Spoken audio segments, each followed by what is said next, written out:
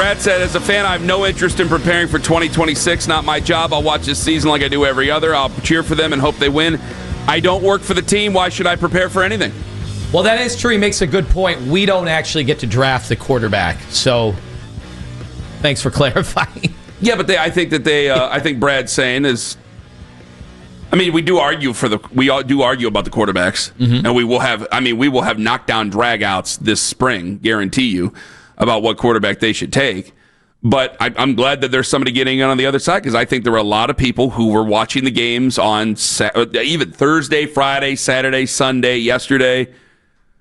I don't know how much you really wanted with the Browns from the one side of that field yesterday, but either way, I think there were a lot of people watching going, okay, I like that guy, we got 10 picks, this, that, and the other. I think there were a lot of people doing that, because I just think that a lot of folks are going, I was talking to a guy on a sideline, or for Friday Night Touchdown, we were at the Highland game, and he goes, hey, how many do you think they're going to win? Be honest. And I go, it's the same thing I say on the air. I said 6. He goes, oh, come on, they're going to be better than that. I go, it's amazing, because I got a lot of people who call me a homer and an idiot when I say 6 wins. So that's like the one guy I found who was like, come on, they're going to be better than that. I hope that they are, but I don't anticipate it because of how everything's kind of set up. And I think a lot of fans are kind of going on that side where even if I say 6 wins, they go, okay, Kenny, carry more water for Kevin. Carry more water for the Browns. I'm like, 6 wins is carrying water? That's not a very high bar, guys. I think it's just yeah, I understand what the guy tweeting you is saying. Like he said like, in person. You're talking about Brad here. Yeah. Okay, that, what are you going to be doing, scouting reports on these guys? No, it's just, I think we always envision who's next. Who's going to be the guy that is going to save the Browns? It's most likely going to be a quarterback. Mm-hmm. That's just the reality. We thought it was Baker until many of us didn't think it was Baker. So who's going to be the guy? Is that guy likely in college right now? My response would be yes. Yes. I would have to bet that you got a better chance of that being a guy that's, playing on Saturdays. So we are live on YouTube right now. And what I'm going to do is I'm shutting off the computer. You guys can see me right now. I'm shutting it off. Because what Lima's about to say is probably going to get a strong reaction out of people. Go ahead, Tone. But I don't think it's that controversial. That's the thing. I think most people are going to be in my camp and agree with me on this. 216-474-0092. Go right ahead and call. What I saw over the weekend, seeing the Shedeur Sanders people make everything about themselves was just unbelievable. About themselves? About Shedeur Sanders. No, at no point was I watching Arch Manning on Saturday get his ass kicked by Matt Patricia and the Ohio State defense. At no point was I thinking about Shedeur Sanders. And yet, I turned on social media, went to my phone, said, how? What does this have to do with the third string quarterback for the Cleveland Browns? I was amazed. Was I missing something? Like, we did talk, over the last year, that when we were saying nice things about Shedeur Sanders, we were like, hey, if you're saying nepotism, why does nepotism work for Arch Manning? Like, we called that out. But now when the games are actually going on, and it's up to Arch Manning, and it's up to Texas, and it's up to these other quarterbacks at these other schools that we mentioned in the first hour of the show, why was Shedeur Sanders' name being compared at all times? Like, Shedeur Sanders is in the NFL now. Nothing that I was watching with Texas and Arch Manning had anything to do with whether or not Shedeur Sanders is going to succeed. But I saw a bunch of Shedeur fans who, there's nothing to argue with Shedeur right now. He's not playing. Is he even the practice squad quarterback? Like, what is he? Is he the emergency quarterback? I know the Browns signed Bailey Zappi. They made that official last week. Is he still on the team? Like, he's just one of the guys that's going to be backing up Joe Flacco, and he's way down on the pecking order. So why did that have anything to do with what I was watching on Saturday trying to size up potential future Browns quarterbacks? Well, because I think you're being a little naive there. I really do. I can see exactly why people are drawing a conclusion to that. You're going to see a lot of Shedeur things because he plays for the Cleveland Browns, or at least he's on the roster. If Bailey Zappi plays before him, I'm going to go nuts, by the way. But he's on the Browns roster. So he's a member of this football team, and you cover the Cleveland Browns. And there's been so many things. Again, you said at the very beginning of this, that so much of Shedor's nepotism, Shedor's this because of his father. Okay, but people are thinking the same thing with Arch Manning.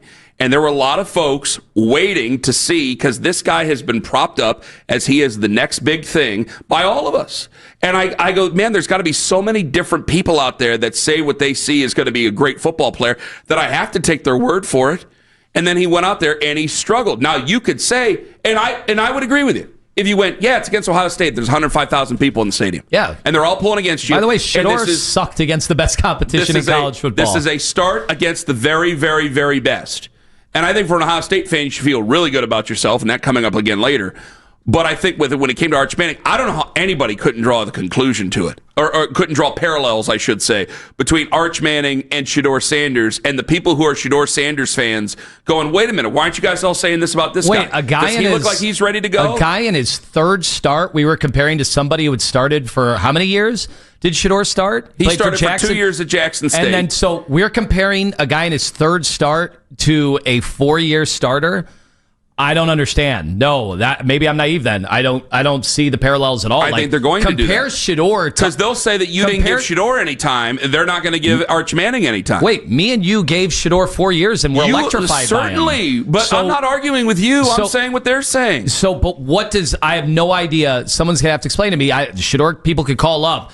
Why are you comparing Shedeur, who is, again, third-string quarterback, only because they made a trade, would have been the fourth-string quarterback, on one of the worst teams in football? Why are we talking about him in the same sentence as somebody who just played their third game started their third game in college? That's the only thing that they can go on, and they're going to go in real time. You guys are going to be miserable then. You guys are going to be even more miserable than you already are. That's what it is. And again, yes, I'm not talking to the people who are like, hey, yeah, maybe Shedeur's a year away.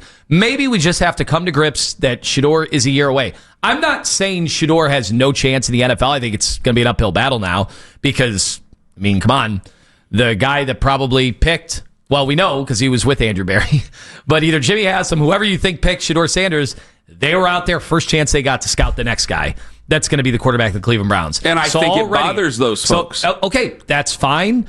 That's fine. But you got to remember, there were 31 other teams that seemed to have no interest taking Shedeur Sanders. This is the team that actually wanted him. This is where I'm in a bad spot here because I see, Tone, I know we argued and bickered about something earlier, and it was really, we were arguing two different things. And I don't want that to play into this with me or you. I see your point. I really do. I know that there's a guy who's played 4 years of college football and now he plays in the NFL, and there's a guy who's on his third start. I get all that. But these are people that are fighting for their player, and they are in internet fights every single day for their player, and what they see is something that they don't believe is fair. And they believe that Arch Manning gets unnecessary boost just by who his father's brothers are and who his grandfather is, by who his uncles are and who his grandfather is. And then the other one gets unnecessarily torn down by who his father is. Or the other side thinks he's unnecessarily propped up, what it probably will be, I'm sure Arch Manning after this game will go on and have a fine enough career and will go on and have a fine enough season. I'm sure he'll play in other big games because he plays for Texas and they're in the SEC. And I'm sure he'll start to right some of the things that he got messed up on Saturday against Ohio State, where Shedeur doesn't get that chance because he's probably not going to play until November. If he gets to play. But compare him to one of the guys that transferred and is finishing up his last year, Carson Beck. Compare Shedeur to Carson Beck. Now, I'm not a big Carson Beck fan. But don't compare him to a guy in his third start and then say, well, Shedeur, see, you guys, the media, the media was brutal on Arch Manning. That was like one of the most humiliating reactions I've ever seen. I thought there was a wild overcorrection on the Arch Manning stuff. Holy cow. I was like, okay, guys, it's not like he doesn't have arms anymore. You couldn't go anywhere without people saying what a fraud he was. So I don't remember. I mean, look, Shedeur Sanders, I thought caught a lot of, let's just say, some unfair stuff because people just didn't like his dad. Oh, whatever. Me and you, we defended Shedeur. But to go out there yesterday and or over the weekend and make all of that with Arch Manning. But I think about Shedeur and how unfair he's been treated. And what really annoys you, I think, is that you've been trying to be fair this entire time, and you are treated as if you are not being fair to him. I think you've read a lot of the tweets of a lot of the people who are trying to get their own likes and retweets and try to pay their rent with their check marks at the end of the month. It was fun being called a bigot over the weekend. That was fun. I think that the guy that wanted Deshaun Watson. Yes. I guess I'm the bigot football fan. Well, I think it's coming from that. I think that you're tired of being told that you're a bad guy for trying to be fair about Shedeur Sanders. I don't think you're a bad guy. I think you've been considerably pro. Nice. I think you've been considerably pro Shedeur Sanders, but you've also been pro reality. And the reality of it is this: is that if anybody's been wrong on at this table with these two guys, it's been me. Because I still will put Shedeur number 2 on my depth chart because I want to see Shedeur before I see Dylan Gabriel. Because I am thinking long term. I went back and watched Rice in Louisiana yesterday because I'm trying to find guys that maybe the Browns could draft because I go, well, Mike Bloomgren, there's definitely going to be some guys that are left over at Rice, and maybe they like some guys that go, it is Monday afternoon, and you are watching Rice in Louisiana. That's what I'm doing. So I think long term, you try to be fair, and everybody's saying you're being difficult or you're being all these other words that you know that you're not. But you can't let those folks get in the way of what your analysis is of Shedeur. Because you and I both know he'll eventually play at some point this year, and I don't want you to turn into somebody who starts to have arguments with people on the internet that's not real, and then turn that into you wanting Shedeur to fail. Because you and I have both liked Shedeur, and I can't help it that some goofballs over in Colorado, they catch snippets of Tone and Ken, and they're mad at Tone and Ken for just trying to be fair to Shedeur Sanders. But I just want to hear from any of these people that I am referencing, can you just maybe step back and say, man, our quarterback got drafted by the team that is the most quarterback starved in all of football for 30 years. And then he went there, and his coach says he's not ready. They leak to the reporters he's not ready. They don't give him any of the first team reps, even though the other young guy did. And then they didn't even let him finish out a drive at the end for a guy that's not even going to be on the football team. And I thought that was wrong. Did you think that was wrong? Yes, of course at least it was we both wrong. thought that was wrong. But can they tell you any more clearly that he's not ready and maybe he's a year away? Maybe he's 2 years away. Yeah. Can you just maybe be honest about it? It's not. Is it possible for a Shedeur Sanders fan to just be honest? But it's not coming from Brent Veach and Andy Reid and the Kansas City Chiefs, and it's not coming from Sean McVay. It's coming from the Cleveland Browns. And you're seeing exactly what people outside of Cleveland think of the Browns. But you know why? You're seeing in real time what everybody thinks of the Browns outside of Browns fans. You know why it's not coming from those guys? Because they didn't draft him. They didn't want him to begin with. This was the one team that wanted him, and they're telling you he's behind. Maybe it's not a grand conspiracy. Maybe everybody is right, and the Shedeur fans, you wackos who have been tweeting all weekend, making every other game about themselves, maybe it's your guy is just not ready. Maybe you got to come to grips with it. I'm sorry. I'm often accused of being the guy who's on the internet way too much out of us, too. I did not see any of this. Of course, I was busy. I didn't see any of this. I had a feeling that it was going to go that way after Arch Manning played badly on Saturday. I'm glad I was right about that. But, Tone, I swear to God, I didn't see. I thought for a second that the Ryan Day stuff with the Pierce nip might be real, which that's coming up later on as well. And furthermore, maybe we can just be honest, too. And I didn't want to believe this at the time because I didn't like the leaks that were coming out about Shedeur. And I'm like, some of this seems like this is unbecoming of NFL teams to leak some of this stuff out. But maybe the Sanders crew botched the entire draft lead up. Maybe they just did. Maybe it's possible. Well, maybe them refusing to meet with some teams. Maybe them carrying themselves a certain way. Maybe it's something to learn from. That doesn't mean it's over. What do you mean by carried themselves a certain way? Well, all the reporting that had come out that they were being very picky and choosy about where they. And by the way, it's becoming the norm because Caleb Williams apparently did the same thing. Whatever. Maybe that wasn't the smartest thing to do. Maybe if they had the ability to revise that, Caleb they would have Williams done is going to be number different. one no matter what. Sure. Like, there's guys that you can't deny. Sure. But I'm just saying because the reports were that the dad, was being very careful about all that. We know for a fact some of the Sanders team stuff, not necessarily just Sanders, it turned off some NFL teams. And maybe that's why he slipped from first or second round all the way down to 5. I also know that you like Shedeur, and he's eventually going to get to play. And I don't want that to permeate and turn personal, because even though there's been guys I didn't like personally, and I've wanted them to do well. I certainly like Shedeur Sanders. I've only spoken to him once, And I love the fact that Shedeur is not the one chirping, but all these fans feel like they have to do it for him. And I love the fact we're not hearing from Shedeur. We're not hearing from Dion. You're not in real. At you're not in the real world. no point did Shedeur do that stuff. But the internet here, the computer, this screen right in front of me that is still dark. I wish I could show you guys on YouTube. It's still dark. That's not real. You know what real is? It's that Jimmy was at the Ohio State game on Saturday, and then he was at Clemson LSU. It's that these guys are going to be at more games. That's what's real. And if he does get the chance to play this year, then he has a very short amount of time to change their mind. And he probably isn't going to have enough time to change their mind. And you and I have to deal with the very realistic point of view where this is exactly what everybody else thinks of the Cleveland Browns outside, that they are neither not good or they are somehow used as patsies for the rest of the NFL.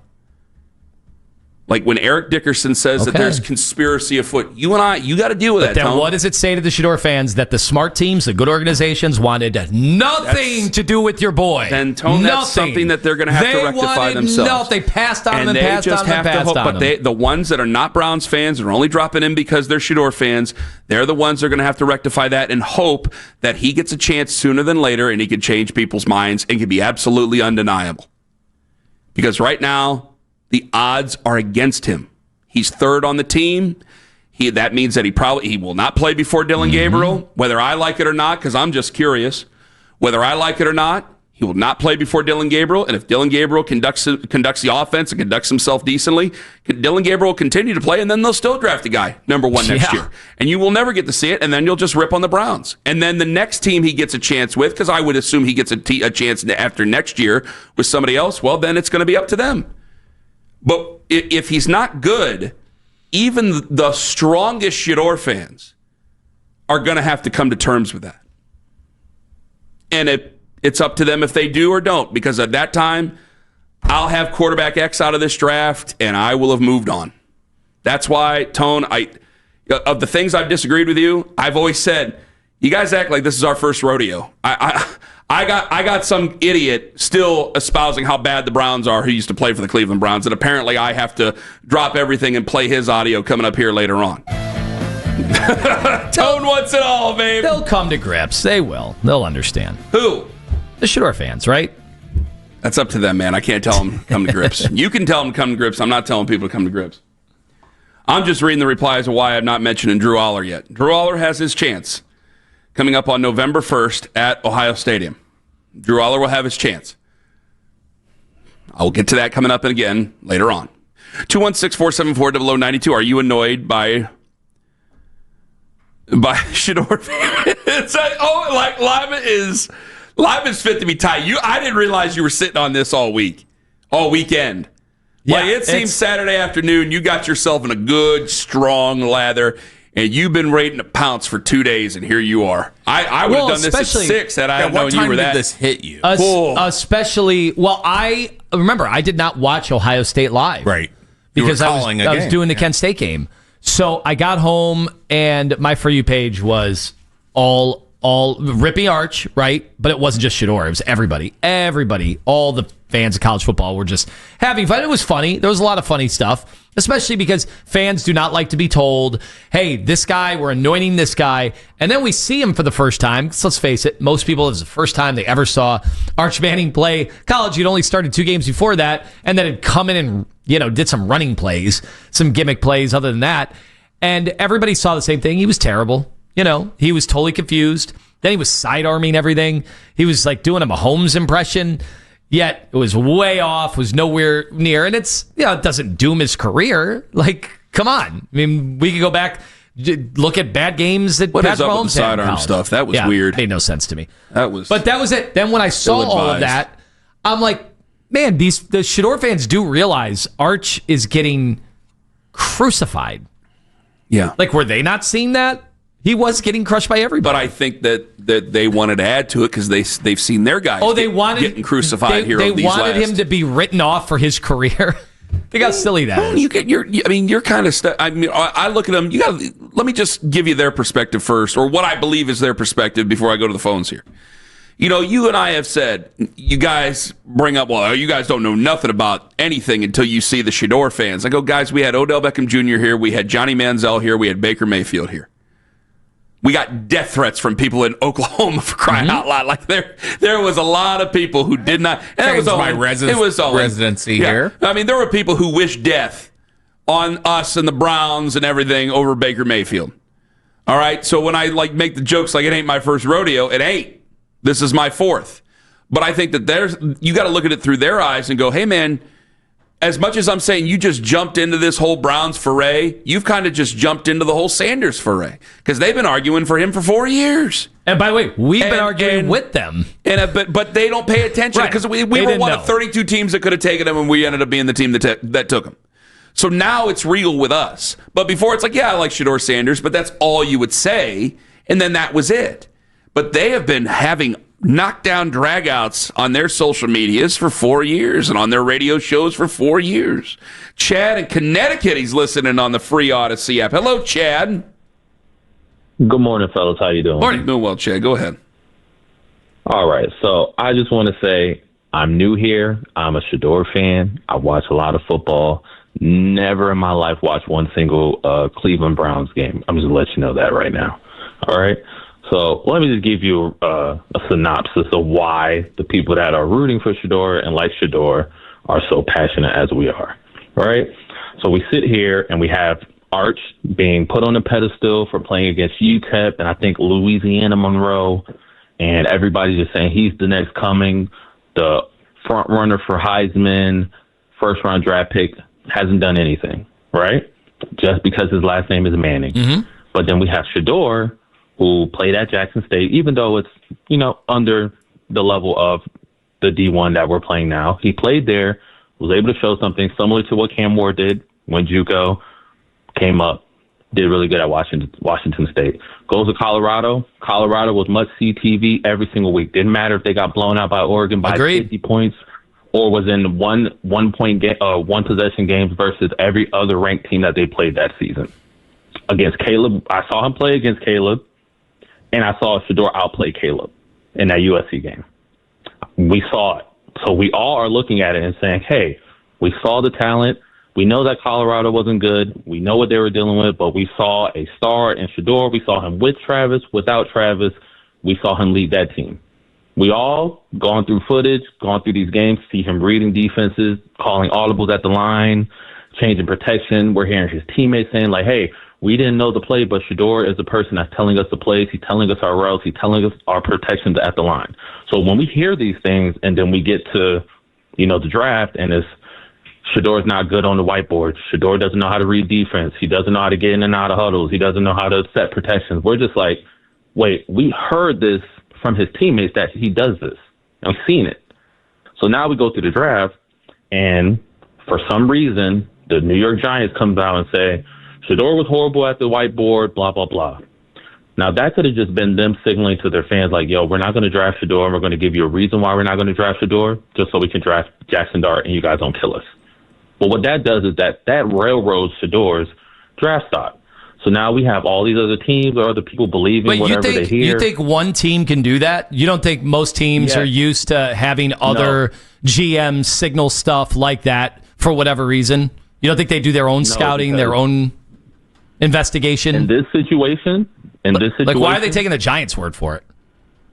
Because in this situation, you have somebody so polarizing and such a different type of quarterback and has such a different type of fan base and quote unquote aura and all these other things where it's kind of like, okay, he's a good quarterback. We see it, but he is a lot larger than life. Like, if we draft him, he's going to be our most famous, our most loved, our most betrayed, or not betrayed, but most like wanted player. So if we draft him and it doesn't go well, or we want to sit him or whatever, like any type of situation is going to be a lot. So they're just like, if there's any way or any other reason that we might not want to draft him other than that, they're going to go with it. So then, and on top of that, whatever issues the NFL or people have with Deion, which I don't really understand, but it's a thing, that just adds on to it. So just like whatever reason, we'll take the reason. Chad, we're given a reason. Chad, thank you very much for the call. Do you accept that tone? Well, I agree with most of what he said. I do think there were people out to portray him a certain way. So they didn't like, a lot of the way he celebrated, which is so silly. They all celebrate touchdown. Like me and you were constantly saying, all right, just admit you don't like Dion or whatever. Like that makes no sense to me. I genuinely like the dude. Like the guy is, I just don't like his fans. Like that fan doesn't sound like a guy who's calling me a KKK member. Like that fan gave a really reasoned, breakdown of why he feels like his guy is, getting shade. But that's also not the guy that I'm talking to. That's not the guy I'm talking about at all. But I think that's a normal guy that's going to call in that probably isn't going to start tweeting you crazy. I don't know what was said to you on social media over the weekend. This is what's being said to everybody. It's not very just me. Surprising to me. I'm not going, woe is me. Like I saw them going after Albert Breer. They're going after everybody. They're going after everybody because they feel like, okay, Arch had hype. Therefore, why are you tearing Shedeur down and not tearing Arch down, even though I don't think I've ever seen a guy get torn down the way Arch just got torn down over the last 4 days. I'm going to ask John. I don't think I've ever seen it.